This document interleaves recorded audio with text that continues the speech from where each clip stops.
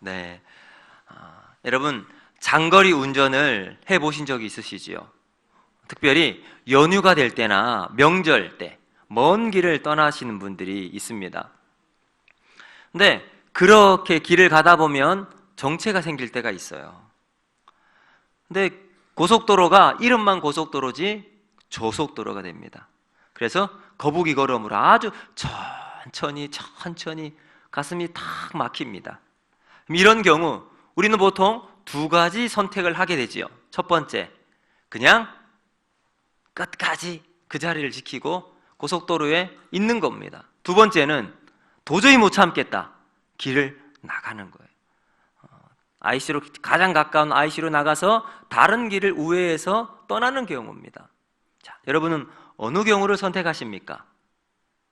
저는 두 번째를 선택합니다. 그리고 난 다음 후회를 합니다.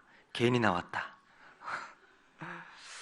여러분, 마음 먹고 나갔는데 그때는 이 길만 나가면, 이 고속도로만 벗어나면 길이 뻥 뚫리고 비록 조금 둘러갈 수는 있을지 모르지만 그냥 시원하게 속도 내고 갈 수 있을 것 같은 생각으로 나갔는데, 막상 나가보니까 우회하러 나간 사람이 나만 있는 게 아니더라고요.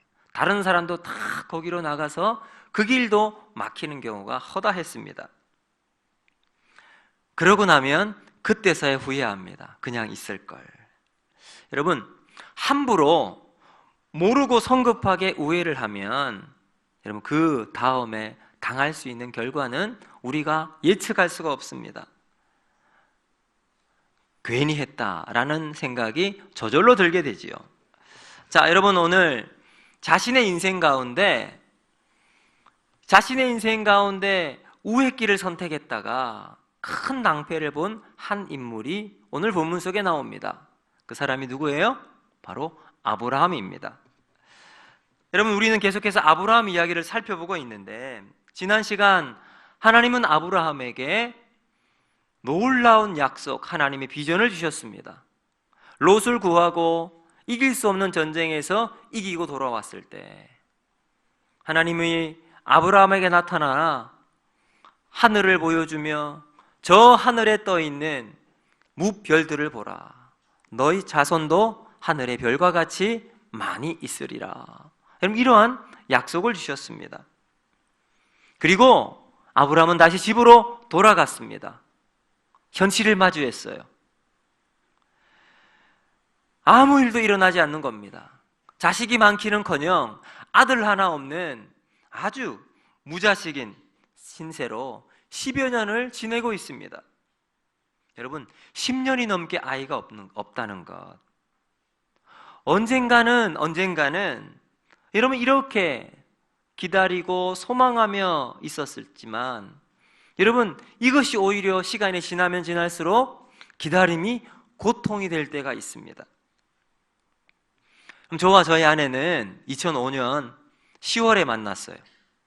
그리고 3개월 동안 짧지만 아주 강렬한 만남을 하고 2006년 1월에 결혼을 했습니다.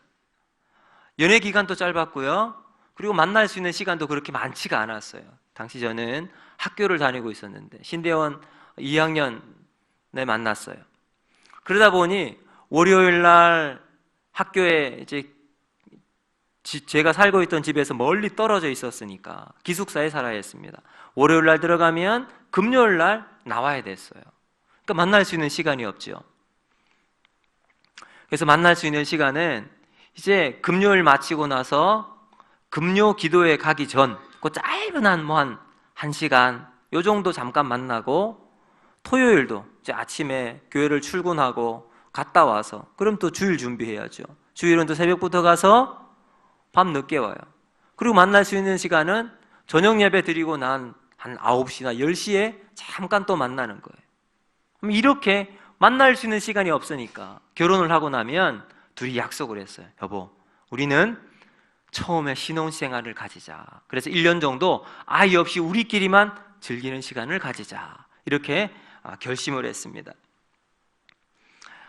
자, 여러분, 그렇게 시간을 가졌는데 그 시간이 5년이 지났습니다. 아이는 생기지 않았고 걱정이 되기 시작했습니다. 병원도 다녔는데 임신의 소식은 들려오지 않습니다. 그 사이 아내는 불임에 대한 이 스트레스가 쌓이기 시작했고요. 급기야 길거리에 막 이 엄마들이 유모차 끌고 걸어가는 그 모습만 보아도 저 몰래 조금씩 눈물을 흘리는 모습을 저는 살펴보았습니다. 그리고 병원을 가야 하는 이유는 소망이잖아. 희망이 생길까? 임신할 수 있는 이 소망이 있기 때문에 가는데 번번이 실패하고 임신이 되지 않으면 여러분 그 기대는 여지없는 아픔으로 쓰라리하게 우리의 마음을 찢어놓습니다. 여러분 오늘 본문에 사라의 심정이 그러했을 겁니다. 공교롭게도 저희 아내 이름이 사라잖아요. 그러니까 더 이해가 더 잘 된 겁니다. 하나님은 분명히 하늘의 무별과 같이 땅의 티끌과 같이 네 자손을 너에게 주리라 이렇게 약속하셨는데 분명히 하나님이 약속해 주셨는데 10년이 지났습니다. 소식이 없어요. 기대했던 만큼 아픔은 커져갑니다. 기대했던 만큼 고통은 더해갔습니다. 그러면 이 아픔과 고통을 벗어나기 위해서 어떻게 해야 될까요? 포기하는 거예요. 더 이상 꿈꾸지 않습니다. 더 이상 바라보지 않습니다. 여러분 2절을 보시면 이 사라의 마음을 우리는 잘 읽을 수가 있어요. 2절 말씀을 같이 한번 보실까요? 2절 시작.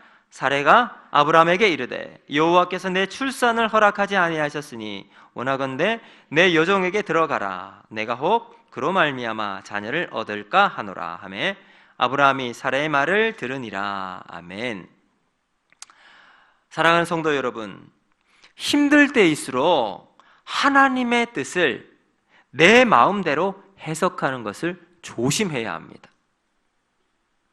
여러분 사라는 분명히 힘들었을 거예요. 마음에 큰 짐이 있었을 겁니다. 그 고통을 누구도 이해할 수 없었을 거예요. 그러나 이 사라의 문제는요, 자기 중심적인 말씀 묵상에서 시작됩니다. 내 인생에 문제가 잘 풀리지 않을 때, 내 눈앞에 있는 장애물이 그대로 남아있고 제거되어지지 않을 때 우리는 마음에 조급함이 생기게 됩니다. 마음이 조급해지면 믿음으로 하나님 바라보고 있었던 이 마음이 스물스물 허물어지기 시작해요. 그리고 이 조급함은 하나님에 대한 믿음이 섭섭함으로 바뀌게 돼요. 하나님 분명히 약속해 주셨는데 시간이 벌써 5년이 지나고 6년이 지나 10년이 됐는데 하나님 왜 나에게는 응답해 주시지 않는 것일까? 이 섭섭함이 이어지게 되고요, 하나님을 향한 믿음의 눈길이 이제는 사라지게 되고 하나님이 아닌 세상으로 내 눈길이 옮겨지기 시작합니다. 여러분 그 결과 사라는 마침 여러분 애굽에 갔었잖아요. 애굽에 갔을 때 한 여종을 만나게 되고 그 여종을 자기의 몸종으로 받아들이게 됩니다. 그 여인의 이름이 하갈이에요. 애굽에 갔을 때 데려온 하녀 하갈이 눈에 들어왔습니다. 여러분 믿음이 어떤 거죠? 믿음은 하나님만 바라보는 거예요. 내 소망이 하나님께 있음을 고백하는 게 믿음입니다. 그런데 우리의 믿음이 약해지고요, 하나님에 대한 이 기대가 무너지게 되면 하나님 바라보지 않고요, 그때는 세상의 눈길이 돌아가게 되죠. 하나님이 아닌 내 인생의 장애물, 인생의 문제를 열심히 묵상하고 쳐다보니까 여러분 하나님 아닌 다른 것이 눈에 들어오기 시작합니다. 자, 한번 보세요. 사라가 하나님 보지 않으니까 사라 눈에 뭐가 들어왔어요? 하갈이 들어온 겁니다.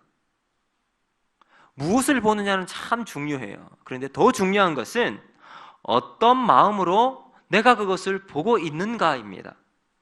그러면 사라가 눈을 들어 하갈이 눈에 들어왔을 때 어떤 마음으로 보았을까요? 여러분 사라는 이렇게 고백합니다. 내가 혹 그로 말미암아 자녀를 얻을까 하노라. 여러분, 지금까지 하갈은 사라를 정말 열심히 잘 보살폈던 몸종이었어요. 순종도 잘하지요. 그냥 아주 사라의 마음을 기쁘게 했던 여종이었어요. 그 하갈이 눈에 들어오니까 여러분, 자신을 좀 충실한 종이 아닌 씨바지로 보이기 시작한 겁니다. 여러분, 하나님에 대한 믿음이 깨지기 시작하면, 하나님에 대한 불신이 생기기 시작하면 하갈이 눈에 들어오게 됩니다. 여러분, 하갈은 어쩌면 내가 가지고 있는, 내가 이용할 수 있는 인간적인 자원이에요. 지금 당장 전화해서 내 어려운 문제를 해결시킬 수 있는 인맥이 될 수도 있어요. 어쩌면 내 수중에 있는 돈, 빌려서 사용할 수 있는 이 물질이 될 수도 있고요, 수단도 될 수 있습니다. 사랑하는 성도 여러분, 여러분은 하나님을 보는 이 믿음보다 세상의 방법을 먼저 생각하고 조치를 취하지는 않으십니까? 문제가 생겼을 때 인간적인 방법을 다 동원하고 이 방법, 저 방법 다 써보아도 도무지 답이 나오지 않을 때, 그때서야 하나님을 찾고, 하나님, 나에게 문제 있는데 이 문제 어떻게 할까요? 이렇게 가지고 가진 않으십니까? 어쩌면 기다리다 지쳐 더 이상 하나님에 대한 소망도 잃어버리고 계십니까? 괜히 기대하다, 기다리다 고통스럽고 힘들어서 포기하고 계시는 분도 있을 겁니다. 그러나 여러분, 기억하십시오. 하나님의 비전은 하나님의 때에 이루어진다는 사실입니다. 여러분, 성급하게 인간적인 방법으로 이루려다가 오히려 더 큰 시험거리를 만들게 됩니다. 아무리 거룩하고 좋은 목표를 가졌다고 하더라도 그것을 이루는 과정에서 인간적인 무리수가 들어갈 수가 있어요. 여러분, 이 무리수가요, 나중에는 큰 문제를 일으킨다는 거예요. 여러분, 기다리셨습니까? 오랫동안 기다리셨습니까? 이제는 더 이상 기다릴 수 없다고 생각하십니까? 그럼 지금이 하나님의 때가 아닐 수도 있다는 거죠. 그러면 하나님은 왜 우리의 응답을 늦추시는 걸까요? 오랫동안 기다려야 했는데 아직까지 응답이 생기지 않는 걸까요? 여기에는 하나님의 숨은 뜻이 있음을 우리는 알고 있어야 합니다. 자, 여러분, 아브라함과 이 사라 부부가 하갈에게 눈길이 가게 되었어요. 이유가 뭘까요? 오늘 본문을 보면 아브라함이 가나안에 산 지 몇 년이 되었다고 했습니까? 10년이 되었다고 했어요. 가나안에 산 지 10년. 여러분, 인간적으로 10년이면 정말 오래잖아요. 인내함으로 참 오랫동안 참았던 시간입니다. 정말 인내함으로 잘 참았던 시간 10년. 여러분, 우리는 이렇게 이야기하죠. 10년이면 강산도 병합니다. 우리가 10년 기다리면 하나님도 우리 마음 바꾸고 또 환경도 바꾸어서 하나님의 응답이 주어질 때도 되었습니다. 하나님의 약속이 이루어져야 할 시간인 것 같습니다. 그런데 거기까지가 이들 부부의 한계였어요. 하나님은 왜 이렇게 오랜 시간 동안 이들 부부를 기다리게 하셨을까요? 여러분, 그것은 아브라함과 사라 부부가 스스로 연약함을 깨닫고 오직 하나님만 바라보고 눈앞에 있는 이 문제를 뛰어넘어 하나님을 끝까지 신뢰하고 바라볼 수 있는 믿음을 가지도록 하기 위해였어요. 여러분, 그래야 하나님이 주신 약속이 이루어질 때 그 약속이 누구로부터 전적으로 왔음을 알 수 있죠. 하나님만이 이 약속을 이루시는 분임을 여러분 알 수 있는 거죠. 그런데 중간에 내가 열심히 기다리고 내 힘으로 내 노력으로 여기까지 해보니 야, 하나님이 응답해 주셨구나. 이러면 어떤 생각이 들까요? 아, 내가 열심히 기다려서 그렇구나. 내가 노력하니 하나님이 응답해 주시는구나. 이런 마음이 들게 되는 거죠. 여러분, 약속이 이루어질 때까지 온전히 하나님께만 영광을 돌려야 합니다. 그래야 하나님께서 이 모든 일을 이루시는 분임을 완성하셨음을 고백할 수 있게 되니까요. 여러분, 그런데 아브라함과 사례는 그러지를 못했어요. 반쪽짜리 믿음으로 가지고 자기가 했다고, 내가 열심히 하니까, 내가 능력이 있으니까, 내가 힘이 있으니까, 내가 사람들에게 인정을 받으니까. 여러분, 이런 마음으로 기다림의 시간을 기다리게 되면 여러분, 이것은 하나님을 신뢰하는 믿음이 아니라 자신을 향한 교만이 쌓이게 된다는 거죠. 이 기다림의 시간이 없으면, 기다림의 한계를 뛰어넘지 못하면 하나님이 아니라 내가 했고 내가 이루었다 하는 생각이 더 커지게 되기 때문입니다. 여러분, 우리의 기다림의 한계를 뛰어넘는 이 기다림은 교만을 겸손하게 만듭니다. 여러분, 아브라함과 사라는 이 기다림의 시간을 인내하지 못했고요, 결국은 하갈이라고 하는 하나님의 방법이 아닌 인간의 방법, 편법을 사용하게 됩니다. 하나님의 능력, 약속이 아니라 자신의 힘과 인간적인 방법을 이용하게 되었습니다. 사랑하는 성도 여러분, 우리의 교만이 완전히 깨어져야 하나님의 능력이 나타나고 하나님의 약속이 이루어지는 줄로 믿으시길 바랍니다. 여러분, 앞서 저희 가정의 이야기를 말씀을 드렸어요. 저희 아내는 결혼하기 전에는 아이를 그렇게 이뻐하지 않았어요. 이유가 왠지 모르겠어요. 아이는 참 이쁜데 귀찮았대요. 피아노 레슨을 하다 보니까 말 안 듣는 아이가 하나 둘 생기다 보니 아이들은 귀찮은 존재로 여기게 되었던 것 같습니다. 그래서 말 안 듣는 아이를 보면 지긋지긋하게 생각이 들었답니다.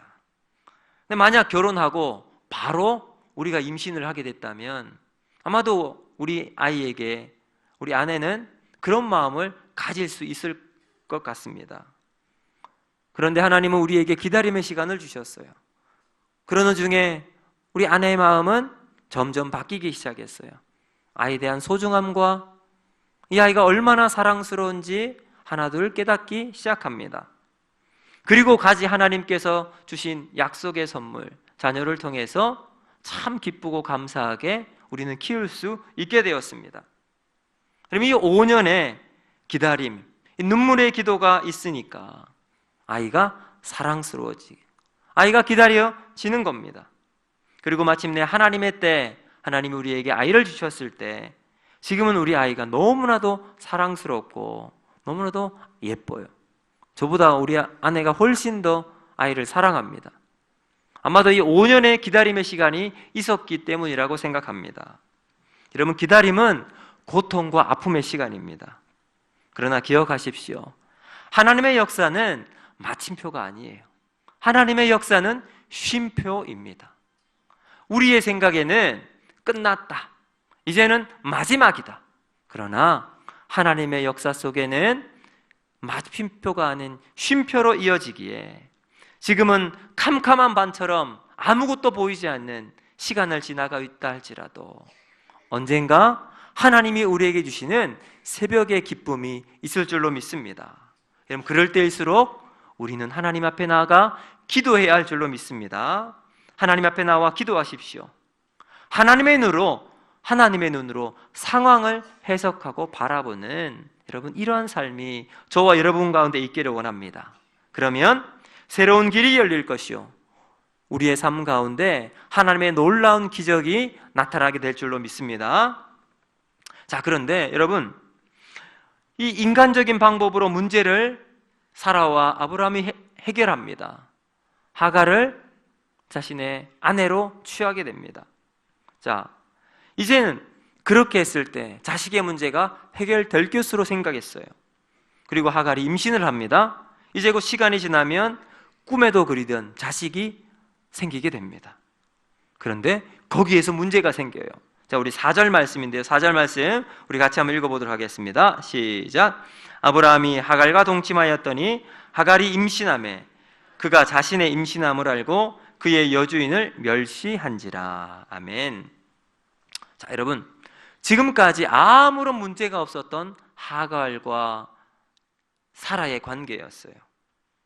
그런데 임신을 하고 나니까 그 관계가 순식간에 삐걱거리기 시작합니다. 하갈이 그토록 잘 섬겼던 사라를 멸시하기 시작한 거예요.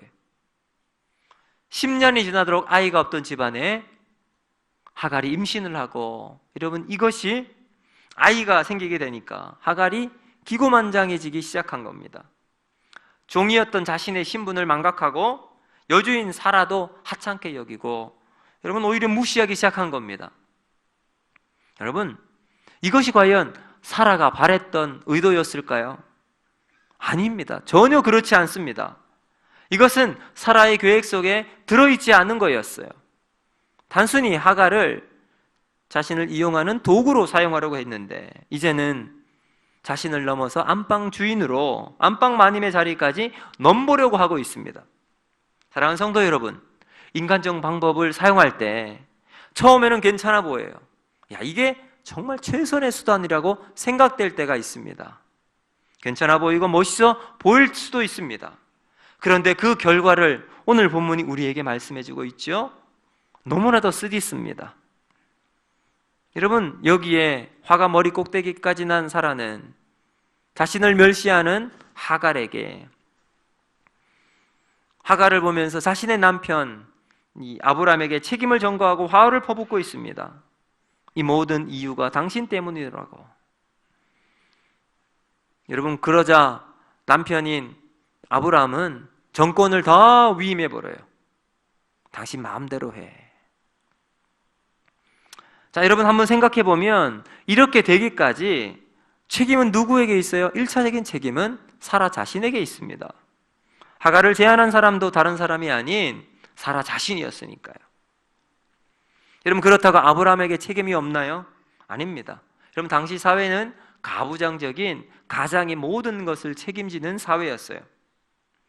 가장의 권위가 절대적인 시대에 중요한 결정권을 가지고 있었던 사람이 바로 아브람입니다. 근데 하갈이 이 제안을 이 사라가 자신에게 하갈과 동침할 것을 제안했을 때 아브람은 단호하게 거부했어야 했어요. 왜요?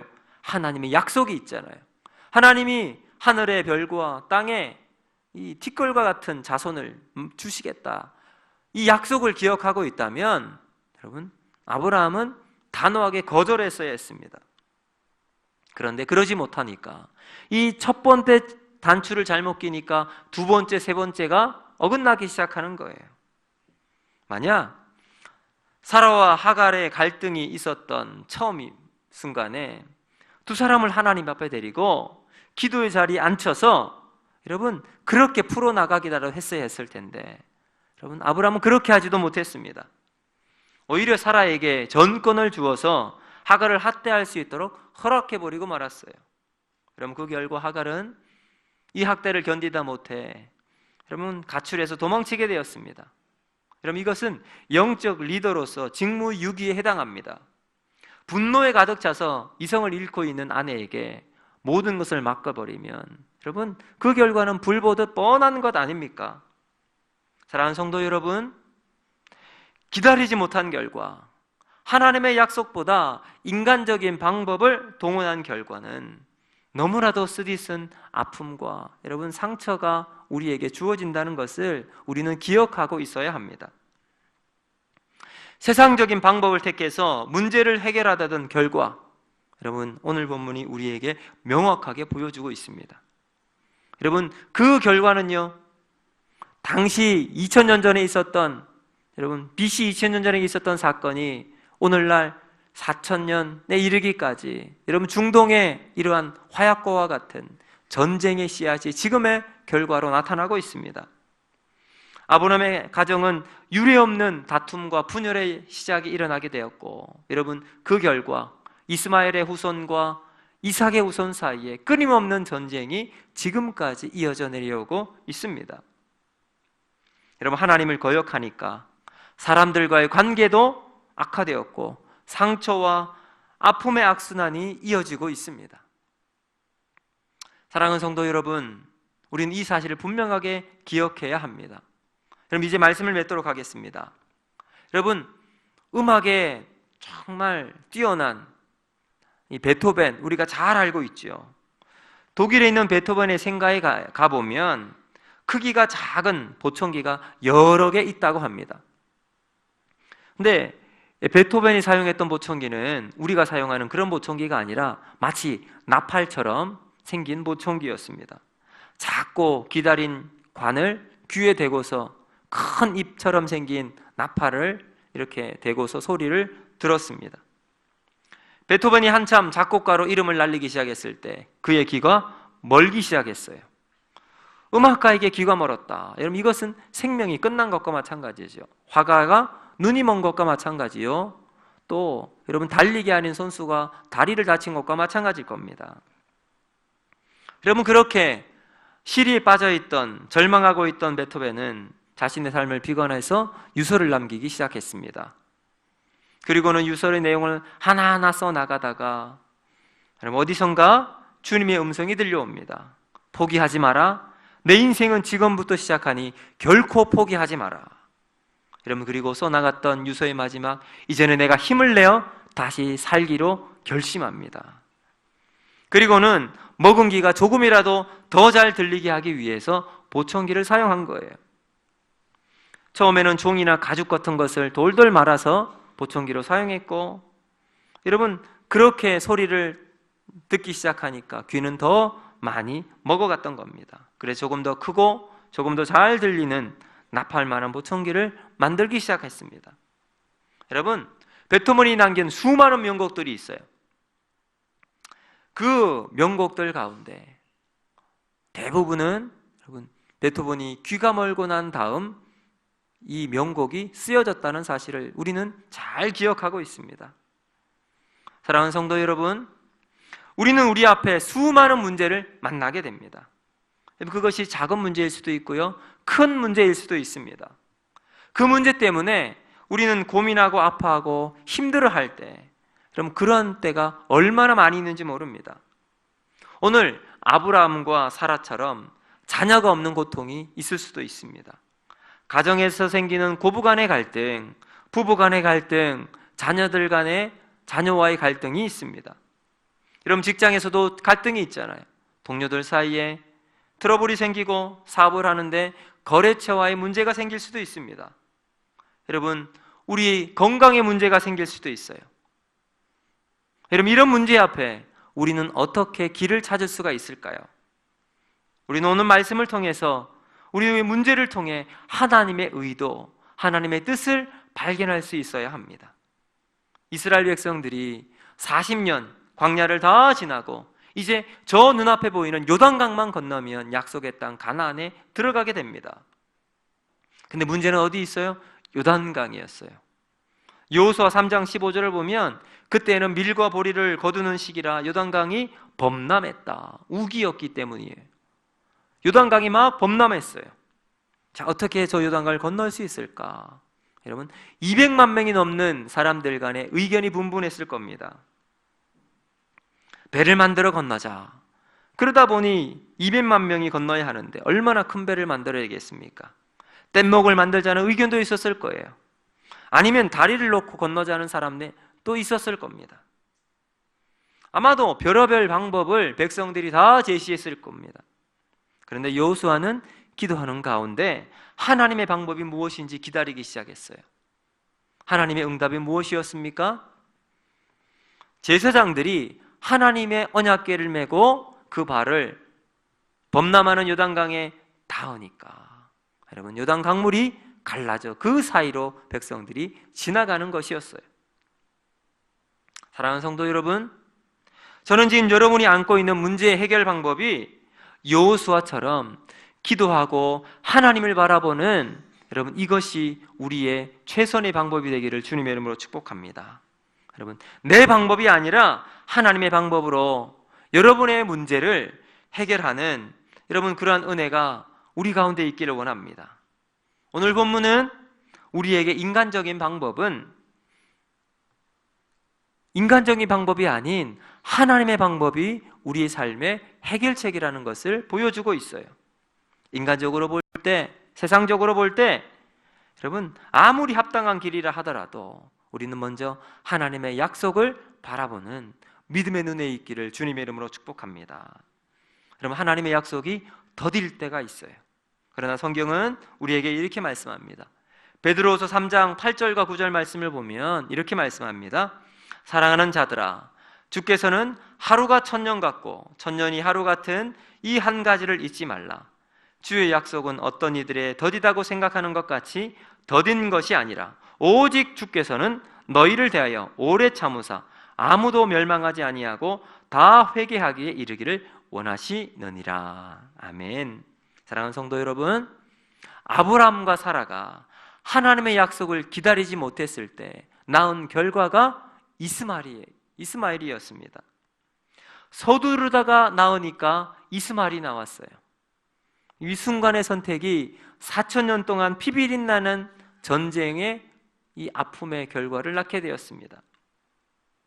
여러분, 오늘도 이 순간 아브라함과 사레가 가지고 있었던 잘못된 생각, 잘못된 방법 때문에 미움과 증오로 우리의 남아있는 삶을 살아가기를 원하십니까?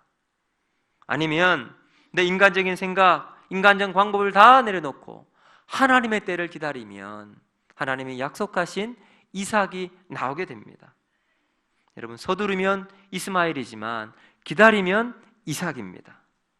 여러분, 그러므로 우리가 문제 앞에서 우리의 인간적인 방법으로 서두르지 말고 기다리는 가운데 하나님의 약속이 이삭을 통해서 나타나는 풍성한 하나님의 축복으로 나타나는 삶이 되기를 주님의 이름으로 축복합니다. 한번 기도하도록 하겠습니다. 좋으신 하나님 아버지,